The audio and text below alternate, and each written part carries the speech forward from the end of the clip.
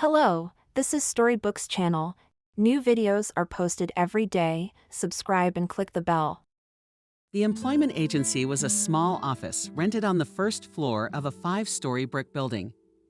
There were 2 pillars in the office, behind which 2 friendly girls talked to job applicants, trying to smile even if they had to say no. Camille sat across from the girl with the name tag Emily, at the table to the left of the entrance. And this Emily was frowning with tension, scrutinizing Camille's employment history book. Every now and then she'd check it against the data on the computer. "Do you have a criminal record?" she asked, looking at Camille. "Yes, but it has been expunged. I have been amnestied and the case is being reviewed." "That makes sense," Emily said thoughtfully. Again she looked at the monitor.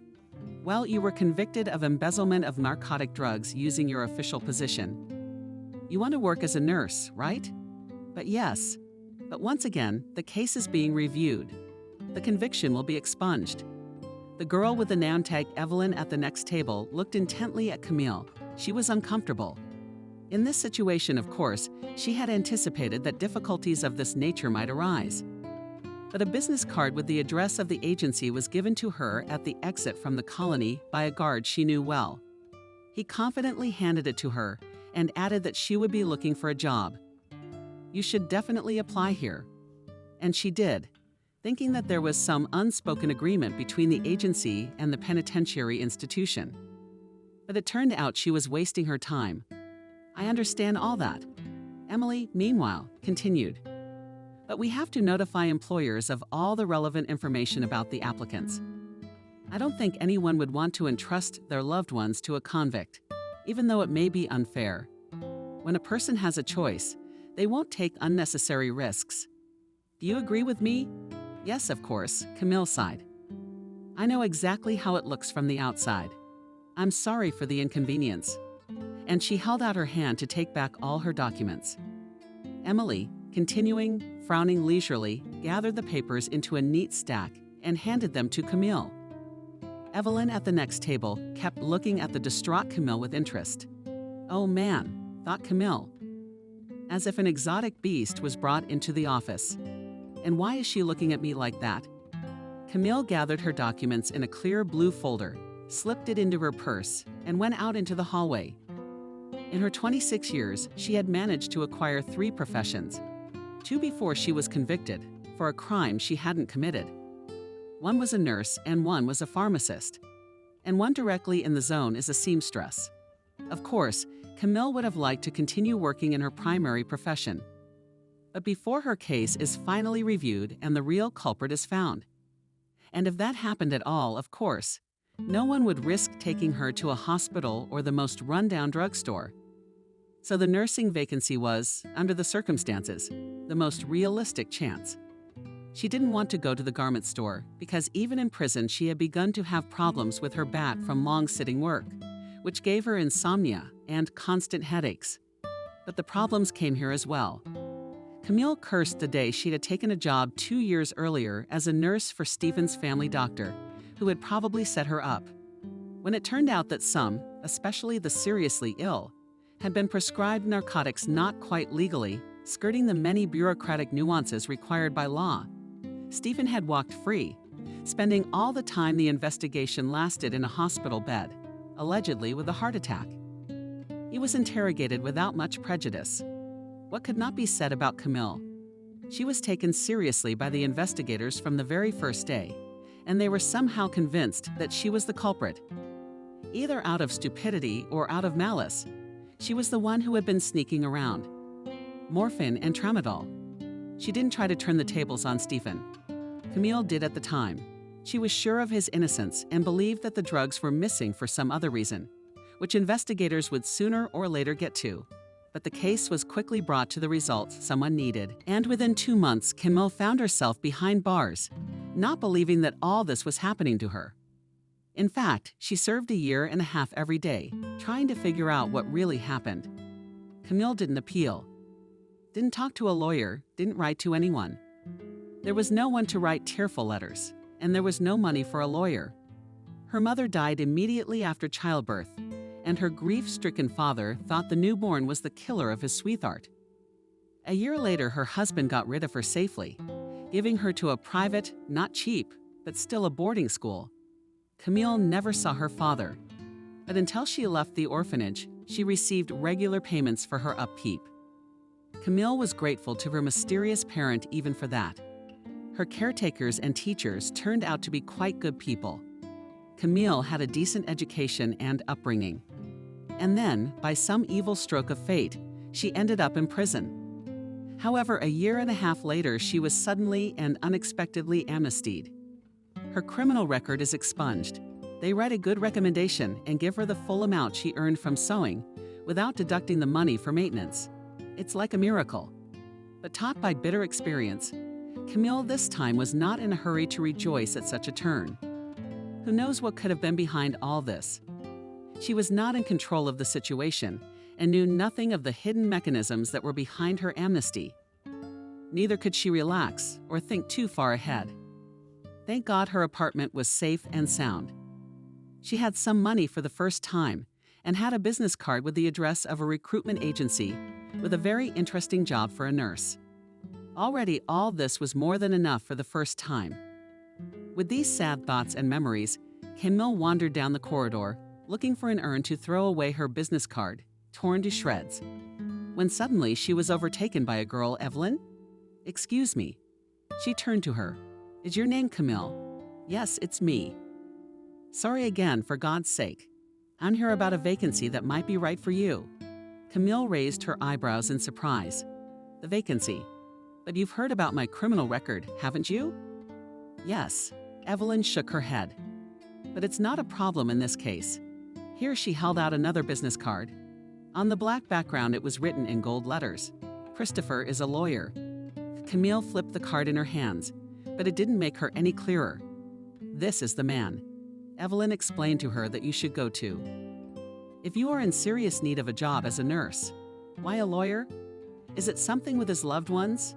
No, it's another person's personal lawyer who is just looking for a caregiver for him through a lawyer."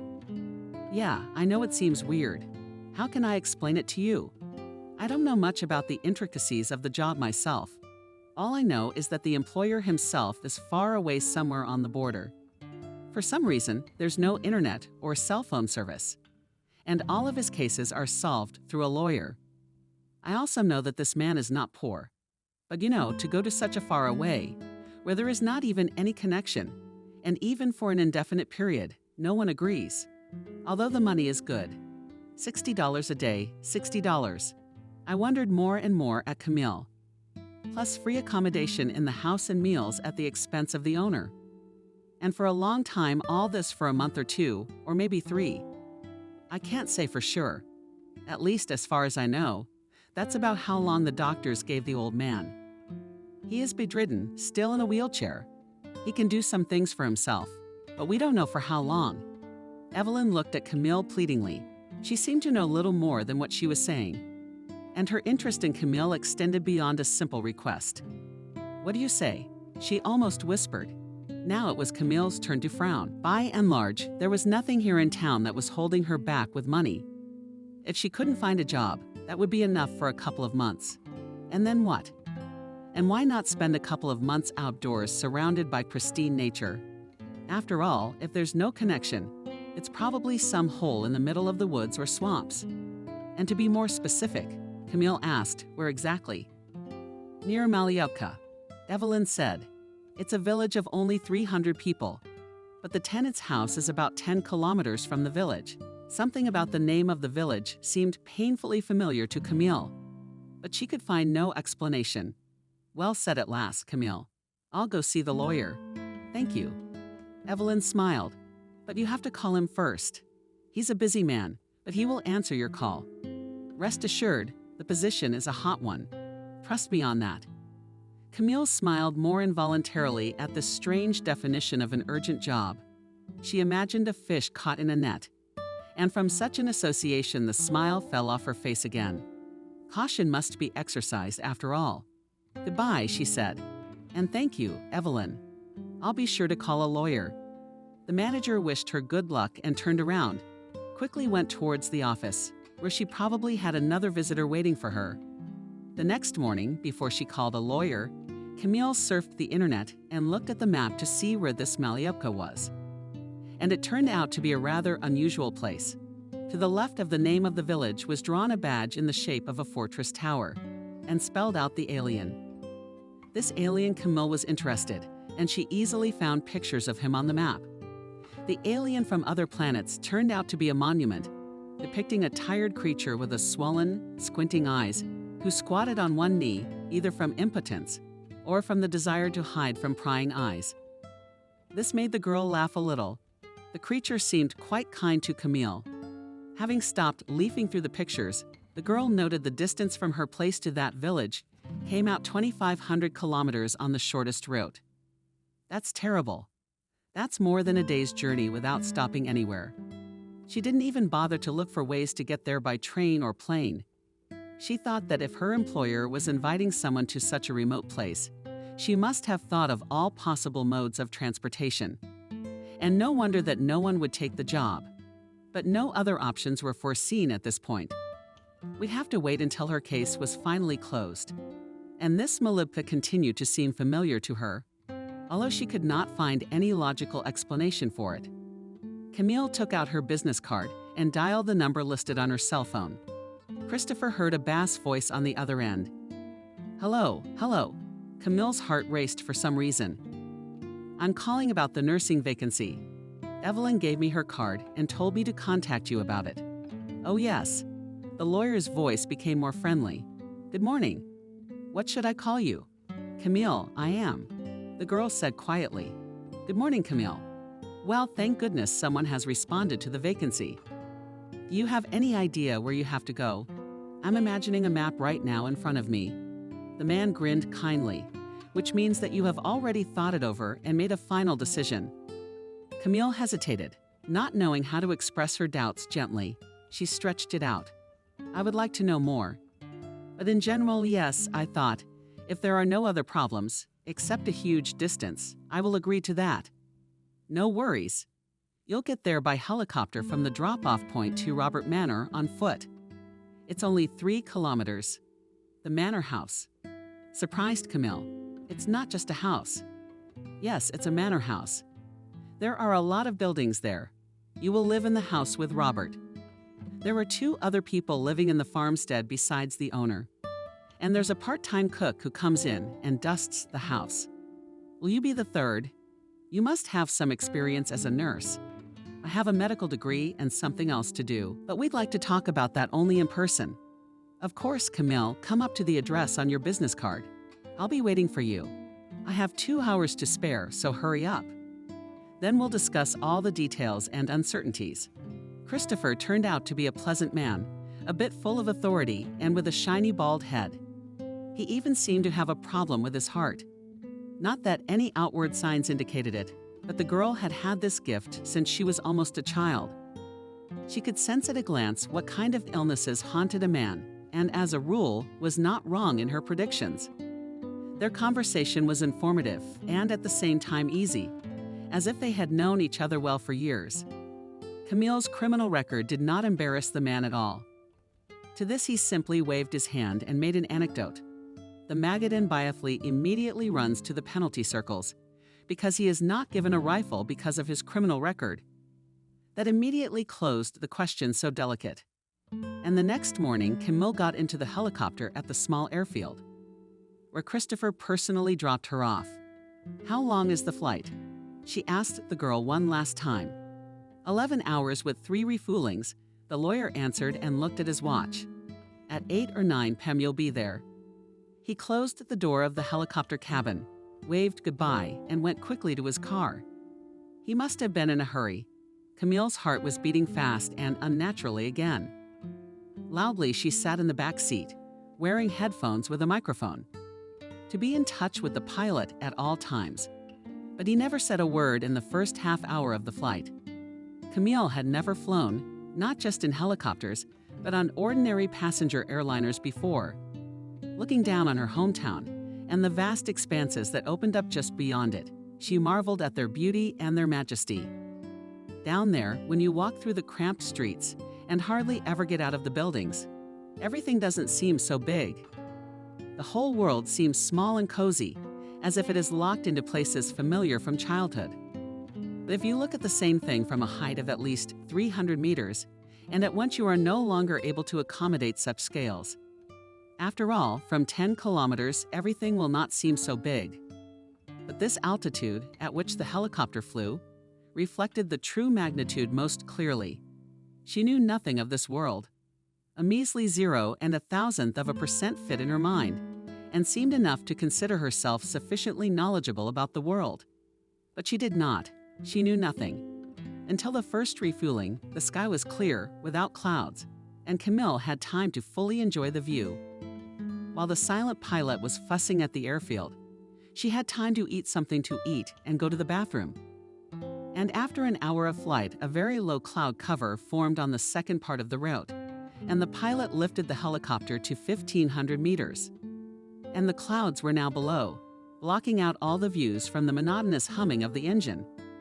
Camille fell asleep and slept almost to Maliepta without hearing the pilot refuel a second time. She opened her eyes and saw the vast expanse of Tega below. Here and there cut through by winding rivers and ridges of high mountains. In this gray-green sea of pristine nature, every now and then one could come across small houses of unknown small villages or single huts, designed for hunters and maybe some workers. For sure bears, wolves, wild boars, moose were running the place.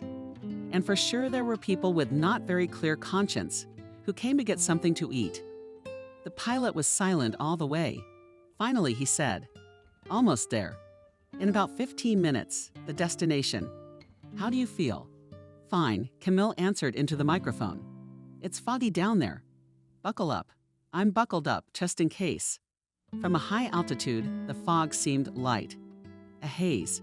Settled in the lowlands, but as I descended, it became denser and more expansive, completely hiding the ground.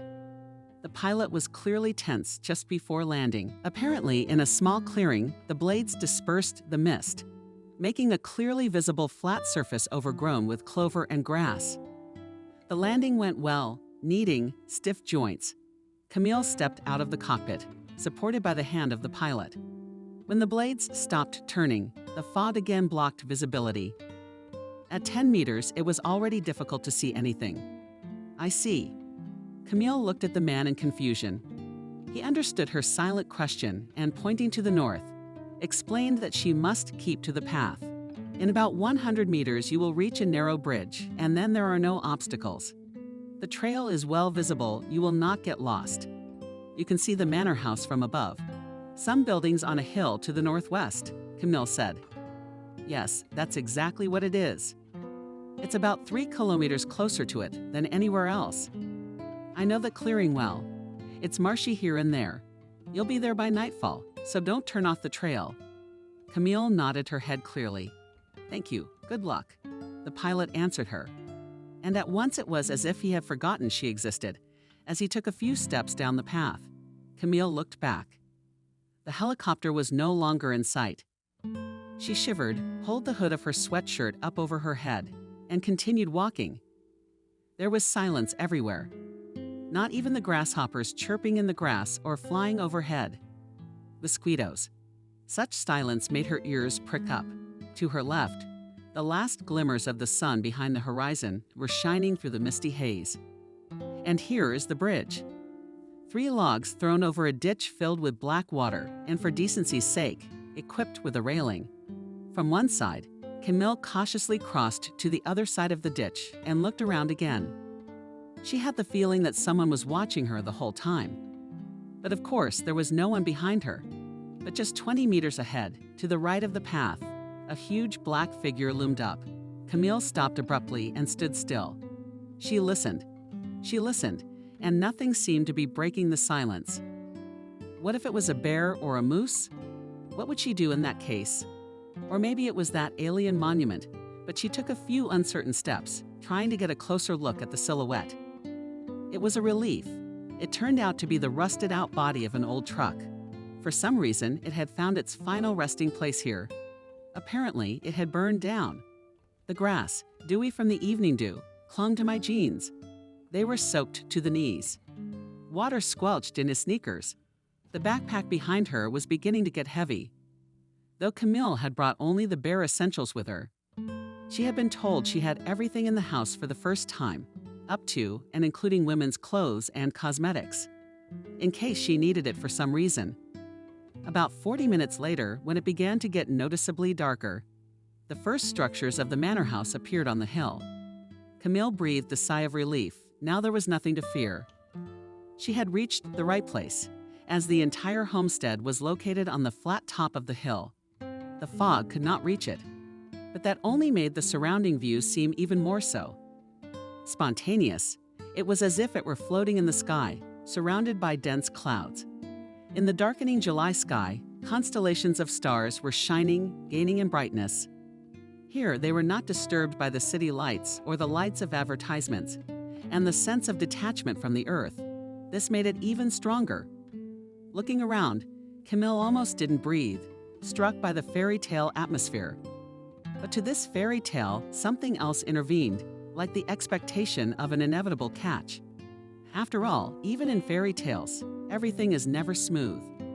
Inevitably, there will be a witch or a monster or a fairy who will make the heroes go on an adventure.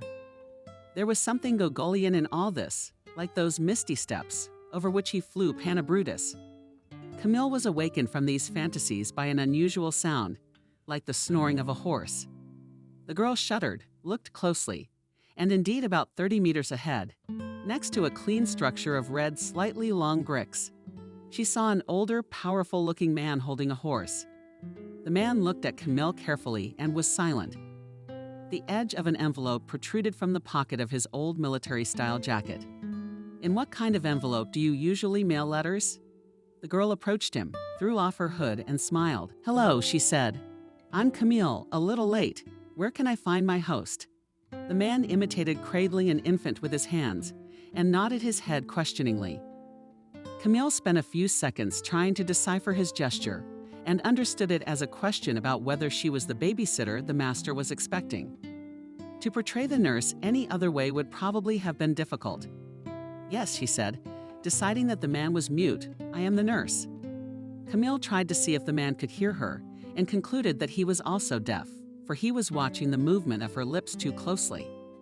He tethered the horse, stroked his long muzzle, and headed for the 3-story house, which stood on the highest place.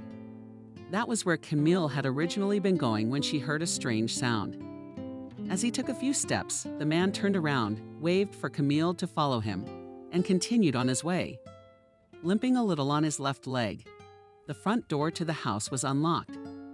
They passed through a dark vestibule, dimly lit only by 2 sconces on the left wall, along which stood a long sofa, and up a narrow staircase lined with a soft carpet to the 2nd floor. From there, they diverged in different directions. There were 2 wings, one completely dark, the other illuminated, slightly brighter than the lobby. The same sconces hung all along the wide corridor. To the left were all the windows to the right, alternating, one after another, small halls and room doors. At one of these doors, a man knocked softly. In a few seconds it opened, and on the threshold appeared a very thin, elderly man in a wheelchair. There was scarcely any hair on his head, and the hair that had survived was so white that it seemed foreign to him. Randomly attached and sprawled all over the back of his head, I had to assume that it was Robert himself. Camille had expected to see an infirm old man not getting out of bed. But his movements were quite lively, though it was evident that he had to make an effort. Camille asked, in a slightly husky but loud voice, as he looked her over from head to toe. He made it sound as if they knew each other well. Suddenly, Camille came to visit after a period of time apart. "Hello," she said. "And you, Robert, are the very one." Deftly spinning the wheels, the man drove out into the hallway. "You're welcome. Well, I may have exaggerated about the love part, but I've been waiting for you. Camille, you have no idea how much. I'm sorry for the short notice. I'm allowed to speak as you. I'm already 3 steps away from God." "Thank you, John." He turned to the man who was watching their conversation. "Can you go now? I will show and tell you everything." "You may go." The mute nodded affirmatively, turned around and limped away. He went away. They must have had urgent business. Robert spoke again. I'll show you to your room." He wheeled down the corridor to the back. And John, trying to walk side by side, began her question. "Camille is an old friend of mine." Robert interrupted her. "He helps out around the house. Also takes care of the stables and takes care of Bold. 20 years he's been here and he's deaf. So try if you have any questions for him, so he can see your lips." "I already figured that out. Is that the horse's name, Bold?" "Yeah, he's an old friend too. 22 years old by horse standards. He's a deep old man, but he can ride and he don't stumble. Here we are. Come on in." Robert pointed to the door. Camille took hold of the knob and led the room away. "The light switch is immediately to the right," the man pointed out to her. Camille turned on the light. The room appeared small, but very cozy. A closet was furnished, a wide bed, and a desk near a window, which must have looked out into the courtyard of the wing. A beautiful desk lamp with a green velvet lampshade, a sturdily ornate chair and bed, and a nightstand, and another door leading perhaps to the bathroom. Across the floor was a dark green rug. Paintings of landscapes, lakes, and waterfalls hung on the walls. There was also a small shelf of books on the spine. One of them Camille had time to read Riot Gold. "How do you feel about horses?" Robert asked the question again. "Have you ever ridden one?" "I like them very much." Turning her attention away from her study of the room, Camille answered. "But I have never ridden one." The man stretched. "I must make up for that. I'll be sure to ask John to teach you how to ride. He's a brave horse. He's not a spirited one. He's a calm one. And he knows this terrain far and wide. He knows the trails better than any of the local hikers, where it's better not to walk alone. Not when you learn the necessary basics. Let's go for a ride through Bold's favorite spots. Believe me, you'll love it. We've got some special taiga here. You'll know it as soon as you get there. Only here it's not called taiga, it's called parma." Camille laughed involuntarily. "All right," she said. "Just don't forget to be careful," Robert added, looking carefully into the eyes of the girl. "The places here, though beautiful, are fraught with many dangers. That's why I said it would be better to explore them with Bold. If you go alone, be sure to take your wellies in the lobby. Downstairs you'll pick your own size for danger." Camille asked back, "Didn't you do some research on the place?" "Only briefly looked that it's very far from where I live. I didn't go any further." Robert said thoughtfully, strangely. "They go on the internet for any reason nowadays. Keep in mind that there are no computers or cell phones here. Correspondence is received and sent the old-fashioned way in writing. Just like this. Now and Lucky John didn't reach the infrastructure," asked the girl. "We didn't make it. And thank God for that. I myself am not a supporter of all this information technology. They have changed the social structures to such an extent that life has almost completely lost the drama of the action. Everyone is fixated on the drama. Words communicate through networks. Through networks, even interest in a subject not through direct study of it, but through the comments of those who have had time to study it on the spot. From this, there is much that is false, momentary, neither sincere nor premature. But why am I rambling? As an old man, sorry, you are tired from the road. There will be time to talk more about the dangers in particular. I will speak briefly only about boots. Something comes out of the ground. Electric shocks shoot out right on the spot. You walk down a path you've walked hundreds of times before. And what happens? And you fall down like you've been knocked over. And for the first minutes you cannot understand where you are and what your name is. The rubber protects you in that case. One of the reasons why I spend most of my time in this chair is because I was not lucky enough to stumble across it 5 years ago. Sometimes I can still walk myself, but not very far and not for long. And don't think I'm always so talkative that I'm going to bore you with my chatter. I'm on painkillers now. That's why my tongue is loose. Most of the time I'm just in pain, and I don't talk so I don't offend anyone unnecessarily. You have a medical degree, right? Yes, I do. So you can give me drips and injections. John is quite clumsy about it. A couple of times a week a doctor comes in from Malacca. He'll give you all the details on how to treat me right. Good, nodded Camille. Thank you, Robert, for your work and for this cozy room I like very much. So you waved your hand, Robert. Thank you for not being afraid to go to the middle of nowhere. Not everyone would do that. All right, I'm out of here. I'm going to get some rest. Good night. What time do you usually get up? I decided to ask Camille one last time. Robert grinned.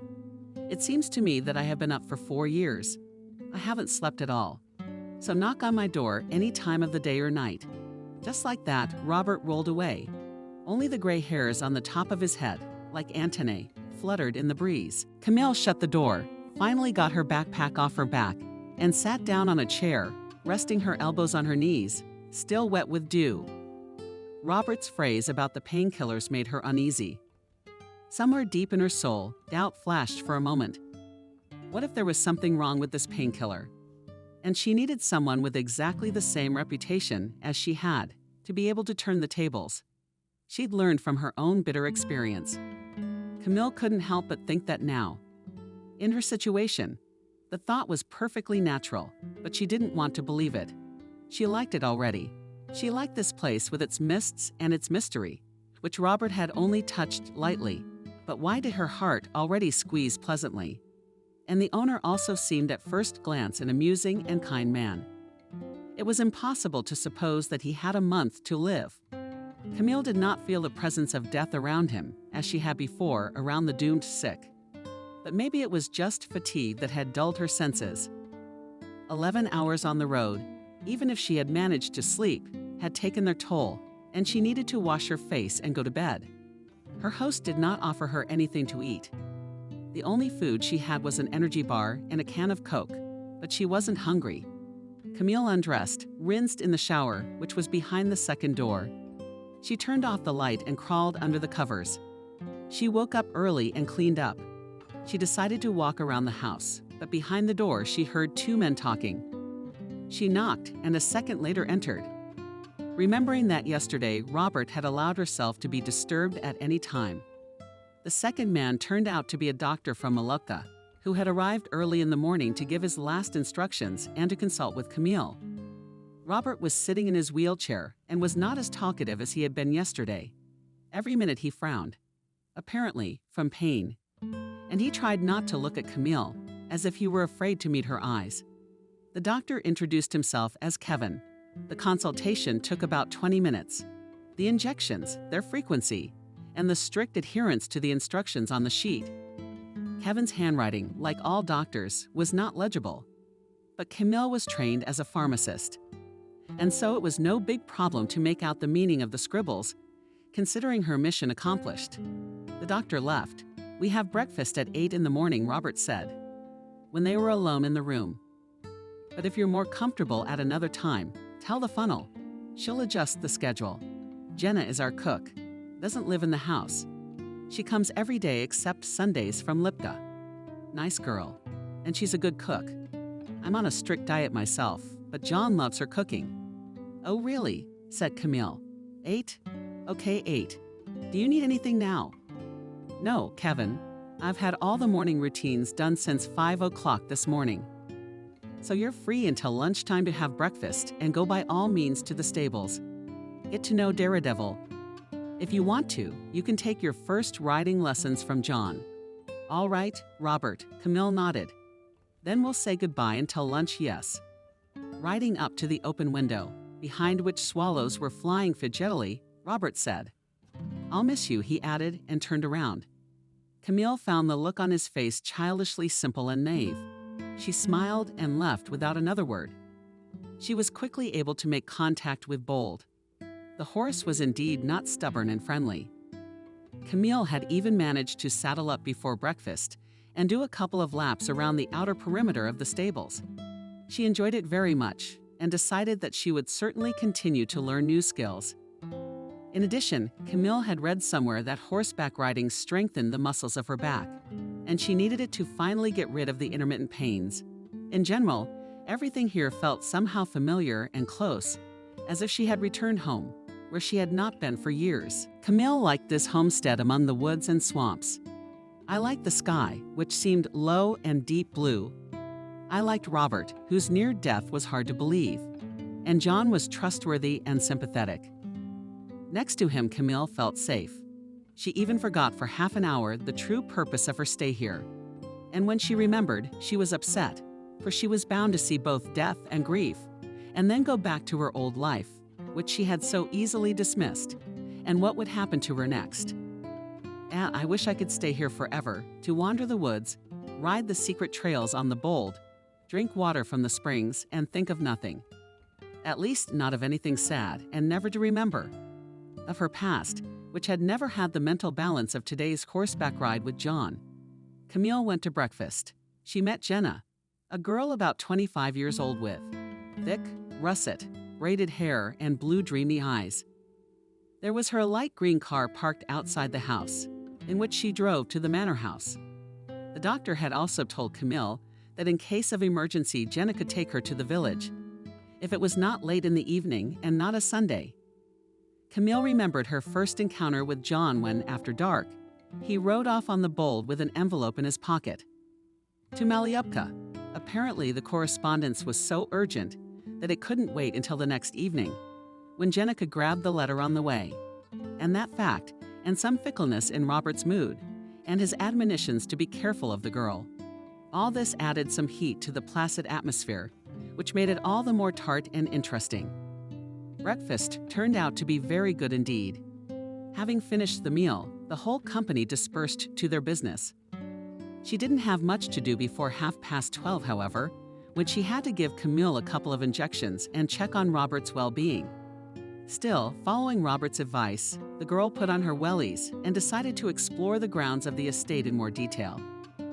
In addition to the main house, where John, the owner, Camille, lived, there was a stable on the property. About 50 feet away was some kind of warehouse, similarly one-story and with a barn lock, in thick iron hinges. On the opposite side was a chapel, inside which Camille did not dare go, for she was not sure that a girl without a covered head could go there. Just below, when the flat ground began to turn smoothly into a slope, was the pump room. Behind a closed door, the engine was humming, and next to it was a tall mast from which wires stretched to the house and the stables. The power line came from the side of Malyupka, where a dirt road ran parallel to it on the bottom. It was lost in the forest, which began immediately at the foot of the hill.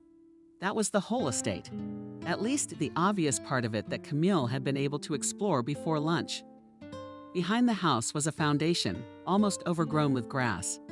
Apparently, there had once been plans to build another building here, but for some reason the construction had been frozen.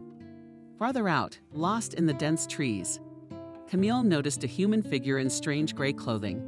She got closer and realized that it was not a person, but a monument almost as big as her. She wondered and approached it closely.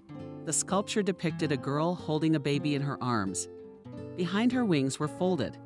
Below the sculpture was a neat flower with pansies and other small flowers, the names of which Camille did not know. Between the flower bed and the monument, there was a sloping marble panel with the name Vanessa on it. April 4, 1971. August 26, 1999.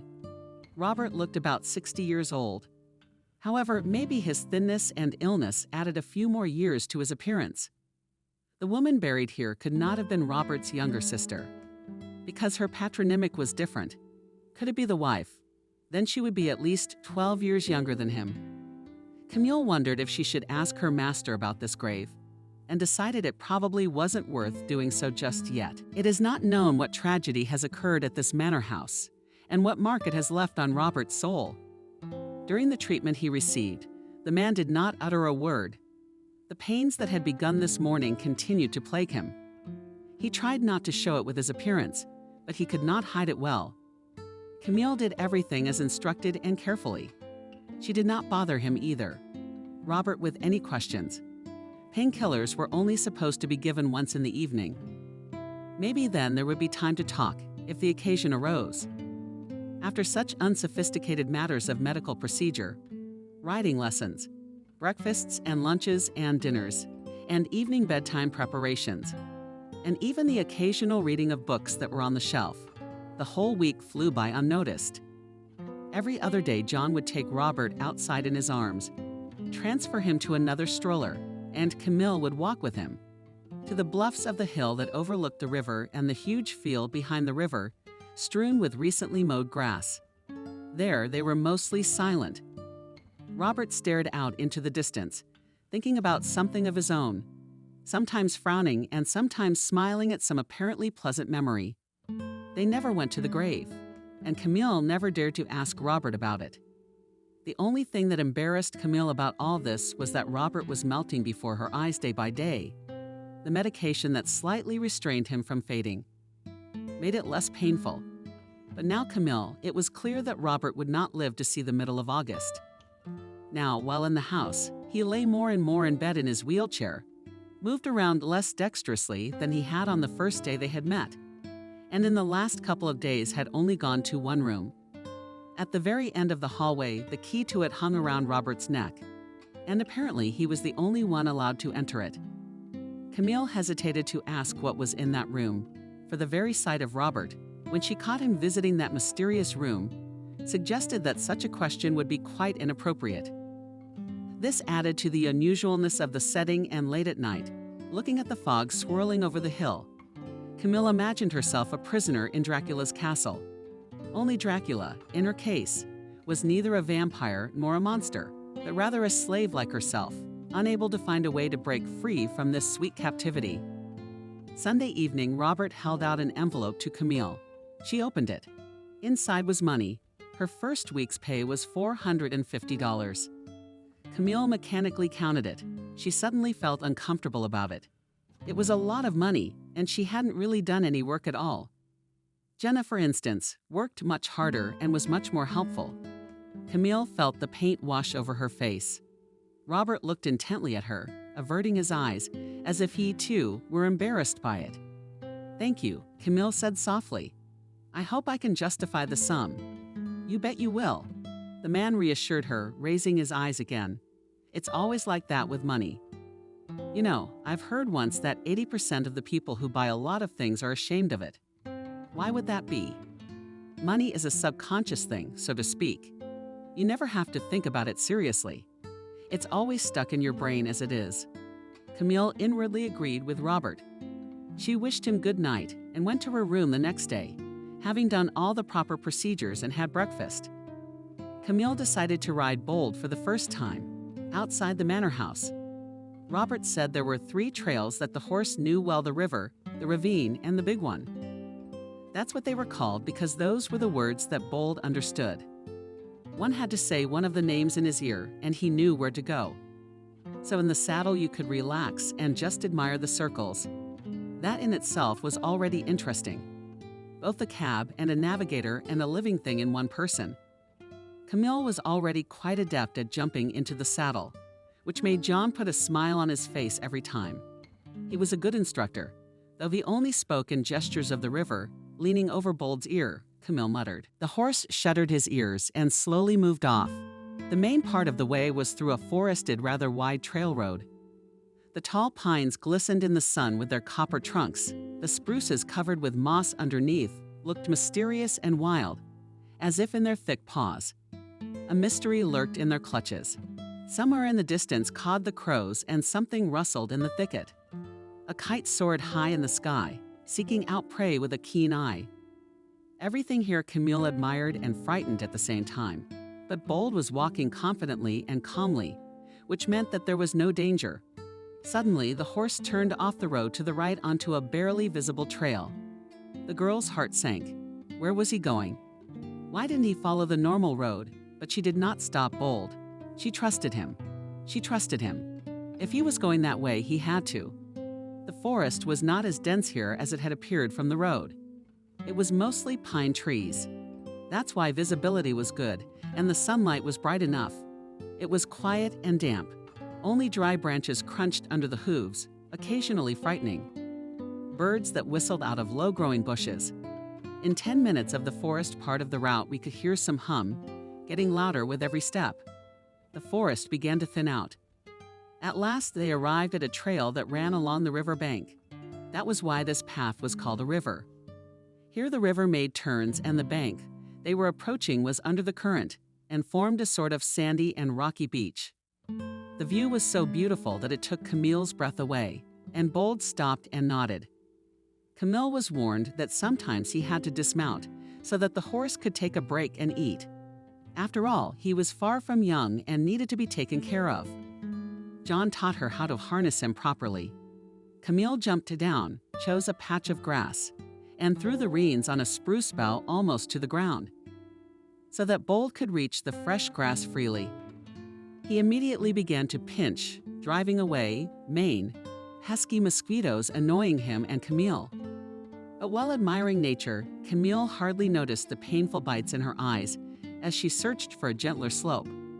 The girl wanted to get closer to the river, but suddenly she saw a man coming out of the water. He was about 20 meters away from her, and she could see him clearly. He was a young man without clothes, with a powerful torso and beautiful features. He noticed her too, but was not embarrassed at all. He smiled and waved hello. Camille was frightened of such a thing no one had warned her about. Where had this man come from? Who was he? The nearest village is not far away. What is he doing here? The girl hurried back to Daredevil, untied the reins, and jumped into the saddle. The horse was obviously unhappy that she hadn't given him a good rest, but it was not necessary to force him to move on. The brave stranger was not discouraged in the slightest. Back at the manor house, the first thing Camille did was go to Robert to tell him what had happened. He frowned at first, then smiled slightly and waved. "Yes, that's my nephew," he said. "David, you never said anything about him?" "What's there to say about him? He lives in the guest house. You can't see him from here. He don't come around here much. There's no reason for him to be snooping around. You don't get along with him." "Not really." Robert thought about it for a second. He seemed like a nice guy, but he wasn't thinking straight. He hit on Jenna once, so much so that she asked me to protect her from that kind of intrusion. The jerk doesn't know any measure. He's my dead brother's son, and his mother died a long time ago. He's kind of an orphan, but you wouldn't know it from him. All jokes and jokes and jokes about him. Anyway, don't take it personally. So he wouldn't hurt a fly. How was your walk? I liked it. It's a beautiful place. Next time, go to the ravine. The loop is a little bigger, but it's wilder and there's almost no beaten path. Okay, Camille agreed. I'll go tomorrow. The morning was overcast, but warm. As usual, the first thing Camille did was go to Robert, who was somewhat excited because, as he explained, he was expecting a very important guest for lunch. The day's procedures had to be postponed indefinitely for this reason, so Camille had the whole day free after breakfast. She decided to take advantage of this circumstance and took the second route, which Robert had advised her yesterday. By about 11 o'clock, gaps had begun to form in the low gray clouds, so the rain Camille had feared was apparently canceled. The loop called the ravine ran almost entirely through the forest thicket. No trails were to be found here at all, but Bold walked steadily, guided by marks known to him alone.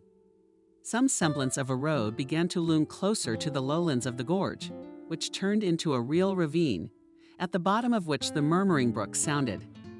Perhaps that's why the route was named the ravine. But the lower Camille descended, the more wary Bold became. Something clearly frightened him. Camille involuntarily began to look around. Maybe there was an animal lurking. So far, she had never encountered animals other than birds in these surroundings.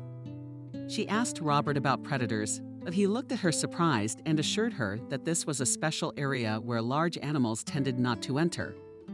What did he mean by a special zone for Camille? It remained unclear. Perhaps somehow it had something to do with the monument to the alien, but she didn't bother. She just took Robert at his word. About 10 feet from the creek, Bold stopped altogether and began to back away, shaking his head from side to side. It was only then that Camille noticed the oddity that frightened the horse. Right at them, across the creek came an incomprehensible, misty ring, like the ones smokers make with their mouths. It moved slowly, swirling slightly counterclockwise and sort of curling inward. Camille herself became uncomfortable for some reason. Daredevil kept backing away, his eyes filled with blood. His breathing became rapid and heavy. The horse's behavior began to frighten the girl no less than this foggy anomaly. Her thoughts were confused in her head for a second. At first, she wanted to dismount and somehow reassure Bold, took one leg out of the stirrup. But then she thought it best to stay on horseback and try to turn the horse, trying to stick her foot in the stirrup again. She missed and leaned a little to the right with her whole body on inertia. And Bold at the same time made a body movement to the left. It was now difficult to level herself in the saddle. Camille was leaning more and more to the side. She barely had time to free the other leg. When Daredevil got up on his pant leg and dropped the girl, he turned and galloped away. Camille, painfully hitting the ground with her shoulder, went tumbling backwards. When she found herself in the center of the fog ring, she felt as if an electric shock had hit her head. Bright orange sparks flashed in her eyes, and she lost consciousness. Camille woke up. Only when it was getting dark did she look at her watch. The hands had not moved. They were frozen at 12:30. Once again, the clouds covered the sky, so she couldn't see what time it was. Mist covered everything around her. An owl was howling in the distance.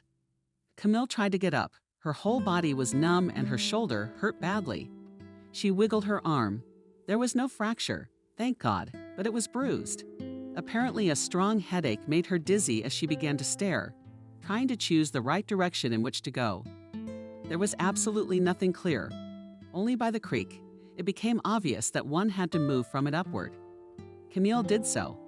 At the top, the fog was not so dense, but all the places she had driven through during the day, now in the twilight, became quite unrecognizable. After half an hour of travel, the girl could no longer be sure that she was going the right way. She wanted to sit down under some spruce and rest. When the smell of smoke reached her, the wind was blowing from the west, which means that somewhere, although the nearest villages, logically, should not be very close. Camille turned to the west. She had decided that west was that way. She didn't know why. After another 50 meters, a bright fire began to be seen. Indeed, it was a fire burning.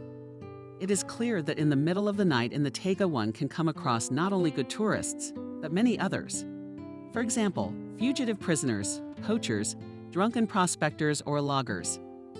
That's what she thought she needed to approach. She could take a closer look, try to figure out what kind of people were sitting around the fire. In any case, it was safer to be near people than alone in pitch darkness. And in the manor house, too, they would have to grab her. If Bold had come home without her, he might already be looking for her. And this fire was made. John with David. And anyway, how is Robert, without procedures? Camille slowed her step and mechanically sagged, trying to tread as carefully as possible. And at that second, she heard ahead, 5 feet away and slightly to her right. A man's voice, "My God," exclaimed the black shadow. "Separated from the paws of the spruce, you frightened me." I was beginning to think that Bigfoot what? Camille asked again, almost falling over herself with fright. The man came a little closer in a hurry, zipping up his fly and peering closely at the girl. He looked about 35 years old, as far as I could make out in the darkness. He was rather broad-shouldered, bearded, and wearing a hat. Sasquatch explained the stranger, quickly coming to his senses. Bigfoot has heard of it. And there's Bigfoot around here. Well, how can I tell you? They say that they have met. But I have not had a chance yet. Don't worry, I'm not dangerous. The man grinned kindly. And you're sorry you caught me doing that? I had to pee. And who knew I was not alone in the wilderness? How did you get here? I got lost. Are you a hiker? No, I'm from the homestead. I worked there for Robert. He has. You only know him in absentia. But it's 4 kilometers from here, no less. How did you get so far away, and at night? It took me a long time to tell you, but the horse got scared of some fog ring, threw me off, and galloped away. I lost consciousness and woke up when it was already dark. So I wandered off the trail here. That's right. The man looked wary. What's a fog ring slip? What? It's a moving ring of mist, and you get scared all of a sudden. I guess that's what it's called. That's what they call a slip. Scary stuff. Did you get inside the circle? I don't remember. It's possible. If so, no wonder you lost consciousness. But the amazing thing is that you can still think.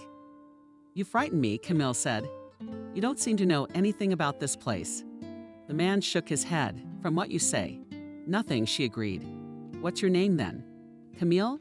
And I'm Charles. Let's get acquainted. Come, I'll take you to the fire and introduce you to my friends. We're ufologists. We come here every year.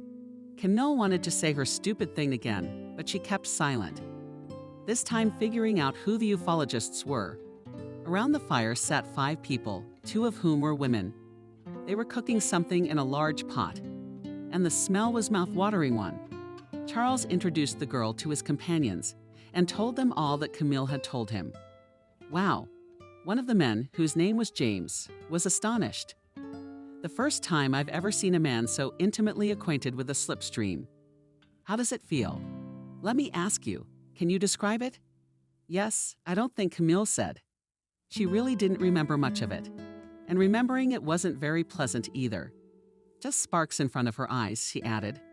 But that's probably because she hit her head. There's a stream, and there are small stones around it. Let me see. One of the women stood up and scrutinized Camille's head. Yes, you have an abrasion on your temple. You should definitely treat it. It's not necessary, Camille objected. My head doesn't hurt. I only bruised my shoulder. I don't take no for an answer. I insisted.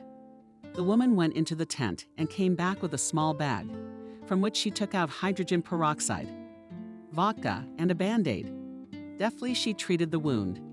She nodded approvingly and smiled. Now I'll have peace of mind. Aren't you hungry? Charles inquired. I wouldn't say no, I wouldn't resist. Camille, you smell nice. Then you are welcome. The man was enthusiastic. Wendy, would you organize the dishes, please? For another hour or an hour and a half, Camille sat by the fire in such pleasant and caring company. Soon they were joined by another couple, husband and wife, who had previously been setting up some equipment in the field. A lot of interesting things Camille learned from these people. It turned out that the area around Millionaire is called the anomalous zone or the Perm Triangle. Formerly lovers of exotic theories and explorations came here in droves from all over the country, talking about fireballs of orange and white circles in the fields, about encounters with Bigfoot and aliens, about that very slip, and about electrical discharges bursting out of the ground. Everything Camille had ever heard or read about seemed to be concentrated here, except the chupacabra wasn't mentioned. But now the flow of tourists seemed to have decreased. For one thing, it had become expensive to get to the place, and for another, there was less interest in this kind of research. People henceforth preferred to simply take their word for it, having no desire to go into the wilds. It was told that Robert himself had once been a pioneer of the zone. Together with his wife, he founded one of the first societies to seriously explore the zone, even building a small camp, which later evolved into a manor house. Then, after some tragedy, about which Camille's new pals wouldn't give details, he went into business, only occasionally returning to these places. And soon his interest in the paranormal waned, dried up. Is that what Camille was thinking? Tragedy with his wife. So that grave hidden in the sand belonged to Robert's wife after all. As Camille dined and listened to the monotonous speeches of the men and women, she felt her strength finally leaving her eyes began to slip. The stories turned into a muddle, which no longer made any sense. Camille was given a place in the tent and offered to sleep there until dawn. Camille gladly agreed, and as soon as her cheek touched the plaid put under her head, she fell into a deep sleep, in which fog mixed up. Robert, David the Sasquatch, and Bold running away. At dawn, she was awakened by ringing voices and a woman's laughter. Camille jumped up abruptly. Through the small window of the tent, the bright morning light was streaming in. Mechanically, Camille looked at her watch again. The hands were moving this time, but they were showing the wrong time all by themselves. She ran out of the tent and asked what time it was. James replied that 5:30 needed to get out to the homestead. Camille declined the breakfast offered to her. After cleaning herself up and thanking the company for their hospitality, she set off. She had been told that the trail to the manor house was just around the corner, just beyond the field. When Camille reached it, she immediately recognized the area. It was somewhere in this area that she had landed the helicopter. She sighed with relief and quickened her steps. But when she reached the familiar bridge, she saw a car parked on the side of the road in front of a ditch. exactly where she had first found the burned body of the truck, but in its place now stood a large black SUV, brand new and gleaming in the rising sun. But neither inside the car nor anywhere near it. No people were visible. Perhaps, thought Camille, this was the transport the company had come in on. But why leave it so far from the camp? She immediately forgot about the truck's absence. After crossing the bridge, she advanced another 200 meters. When she found a man on her right by the grass, he was lying on his back, face down in a field of overgrown grass and not moving. He was wearing a white shirt and black pants, with a wide leather belt around his waist. It looked really weird. "Hey," shouted Camille, still hoping the man was just lying on the ground for some reason. Maybe he'd had too much to drink. There was no answer, of course. The body showed no signs of life. Camille, running up to the man, pulled the grass apart over his face. It was only then that she realized everything. The man was dead. The girl rushed back to the camp. It was a lot closer to there than to the homestead. And the ufologists had telephones that picked up the signals perfectly. No one at the homestead would have been able to do anything anyway, hastily explaining the situation to their new acquaintances.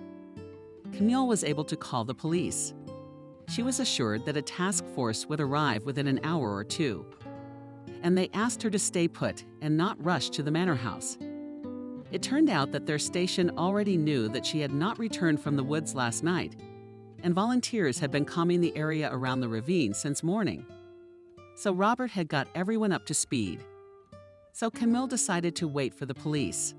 Surely the doctor had already arrived at the homestead. So there's someone to take care of. Today, it was about Robert. We had to wait until lunchtime. At about 12:30, an old Jeep pulled up, and a young man in uniform, who identified himself as Mason, got out. And Dr. Kevin, who Camille already knew. The doctor, from all appearances, acted as a forensic photographer. The photographer was invited from a travel company. He had the most modern equipment. After doing all the necessary actions, the precinct copied the pictures onto his phone. Along with James, he loaded the body into the car and drove away, taking Kevin and Camille with him. On the way, he once again asked the girl the same questions he had, on the spot. Camille could not remember anything new. She repeated everything word for word. "So what is it?" she asked in turn. "Was it an accident or a murder?" "There are no signs of violence," the doctor answered. "At first glance, it looks like a heart attack." The Mason policeman turned around and frowned at the doctor. He was somewhat embarrassed and added, "But Camille's experts had the last word. Maybe they'll find a different cause." "I see," said the girl quietly, and decided not to ask any more questions. "The main thing," Kevin added, "is that you were found unharmed." Robert had been worried sick. How is he now? To tell you the truth, not so good. But not because of you. Don't worry. That incident with the man in the field had some special effect on him. He's withdrawn, and now he won't say a word. He just stares out the window. "I'm sorry about what happened," Camille concluded, and also stared out the window in silence. Shaking on the bumps in the car next to the house at the manor house, Camille met David sitting on the steps of the front entrance. She recognized him at once, though she had not seen him in his clothes before. The policeman immediately made his way into the house to talk to Robert, and Kevin headed into the stable to see John. Dryly, he said hello to Robert's nephew. "Hello, Camille," said David, smiling. "Hello," she answered, also sitting down on the step. She didn't feel like going inside. The effect on her was too bad. It had been an accident this morning. "My name is David," the boy introduced himself, "but I think my uncle has already told you a lot of unflattering things about me." "So you and I already know each other in absentia," he did. "But not at all in the way you think." That's how slightly surprised David was. "And what did he tell you?" "Well, I think he'll tell you that himself if he wants to. It's unlikely." David disagreed. "He thinks I am a slacker and not a very bright man, though he has no heirs besides me as far as I know. But it is not a good thing that happened today. All this." "What do you mean?" "The man you found is probably my uncle's lawyer. He was supposed to visit him the other day on some urgent business." "Are you sure about that? You talked to the precinct officer, of course." I'm the first suspect now. If it turns out it wasn't just an accident, and my alibi isn't so good, I've been looking for you all night with the volunteers. Theoretically, I could have accidentally met my lawyer in the field. And there's a motive. David sighed heavily. The lawyer didn't just want to visit his uncle, he said. Robert was going to rewrite the will. I don't know the details, of course. But I'm sure that's what the lawyer had to do with it. So much for motive. If it turns out that I might have been off the list of heirs, I think you're exaggerating, David. You're reassuring me. You don't know me at all, and you're so sure of my innocence. Robert once said that you couldn't hurt a fly, Camille said and looked intently at David. His eyebrows rose at what he heard. That doesn't sound like Uncle, he said. I didn't ask him to come over, though. He invited me a month ago, put me up in the guest house, but he didn't explain much. I don't mind, actually. I remember these places from my childhood. I love them. But still, the invitation was strange. What makes you think it doesn't sound like your uncle? You've been here for 10 days or so, haven't you? Asked Camille David. Well, I've known him all my life. Yeah, he used to be the kindest of people. Back when he was young, when his wife, my Aunt Vanessa, was still alive. Something happened to her. I happened to come across her grave here behind the house. This is where she was buried. Happened. David thought for a second, died in childbirth. Right here in this house, and this grave is hers. John takes care of her. Uncle stopped going there when he could still walk on his own 2 feet. God, exclaimed Camille with the baby. What about the baby? It's very complicated. How's that? Is it dead as well? No, it's worse than that. Camille looked questioningly at David. For almost a year he continued, poorly taking care of the child, but then his nerves gave out. He felt that the baby was to blame for the death of his beloved wife. Yes, in addition, he suspected that the child was not his. At that time, he and his wife were involved in a cult of the paranormal. Their company was large and merry. At the same time, my uncle had a pretty good business. He worked at the Institute of Physics. He was not the last member of the group that was directly involved in the invention. Pionite. You know, the stone. They put it in all kinds of jewelry these days. It's indispensable. Do you know it? Camille nodded. But I've never known why it's called that. Yes, exactly from the abbreviation of the institute itself. It was grown exclusively for use in laser systems, because it was inferior to diamond in its necessary parameters, and it was much cheaper. Camille asked again, how is that? Usually the same way crystals grow in nature, only it is grown in a laboratory environment, and it grows much faster. Interesting. So later it turned out that this stone could be used in jewelry decorations by dyeing the growing crystals in different colors, and thus imitating real gems. So the true boom began, and those who had time to figure out what was going on got a big score. My uncle was one of the lucky ones. That's where all this wealth came from.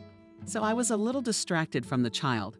I suspected that his real father could be his very close friend. He denied everything, of course, and even broke off relations with my uncle after such accusations against him. But that didn't change my uncle's mind. Anyway, he sent his poor child to a boarding school, an expensive one, a good one, of course, but he could no longer see him, nor could he forgive the fact that he had somehow caused the death of his beloved wife.